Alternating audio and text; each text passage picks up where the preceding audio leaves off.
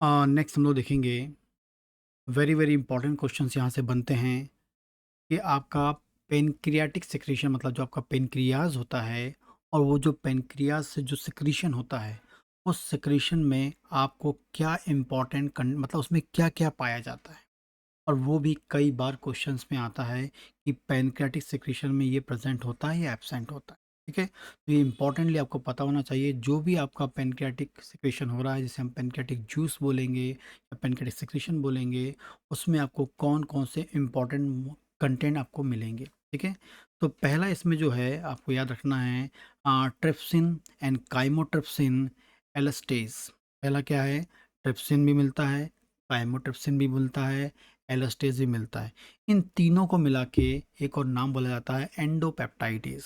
Exam में आ सकता है कि एंडोपेप्टाइडेज मीन्स क्या हो गया, या बोलेंगे पैनक्रियाटिक सिक्रीशन का एंडोपेप्टाइडेज कौन कौन सा है, ट्रिप्सिन है, काइमोट्रिप्सिन है एंड एलस्टेज है। ठीक है, ये तीनों भी आ सकते हैं, तो आप समझेंगे कि पैनक्रियाटिक सिक्रीशन है, या तीनों की जगह नाम आ सकता है एंडोपेप्टाइडेज। ठीक है, या एग्जाम में आ जाए एंडोपेप्टाइडेज, दैट मीन्स ट्रिप्सिन, काइमोट्रिप्सिन और इलास्टेज। ठीक है, और ये आप ट्रिप्सिन, काइमोट्रिप्सिन और जो इलास्टेज है, इसे हम एंडोपेप्टाइडेज हम बोलते हैं। ठीक है, आगे बात करेंगे कार्बोक्सीपेप्टाइडेज।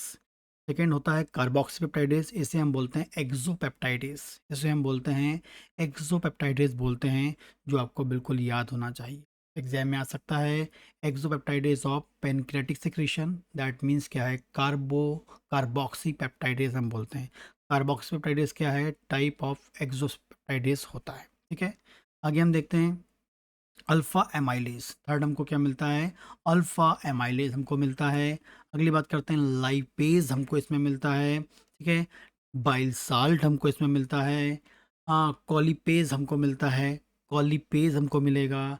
ठीक है, राइबो न्यूक्लियेज हमको मिलता है इसमें, डीऑक्सी राइबो न्यूक्लियेज हमको मिलता है इसमें। ठीक है, कोलेस्ट्राइल कोलेस्ट्राइल ईस्टर हाइड्रोलेज, कोलेस्ट्राइल ईस्टर हाइड्रोलेज नाम का एंजाइम हमको मिलता है, एंड फॉस्फोलाइपेज A2 हमको मिलता है। ठीक है, जितने भी इसमें आपको मिल रहे हैं सब एज लिखा हुआ है, देखिए आप। ठीक है, जहाँ भी एज लिखा है वो एंजाइम्स होते हैं, जहाँ एज लिखा है वो एंजाइम्स हैं।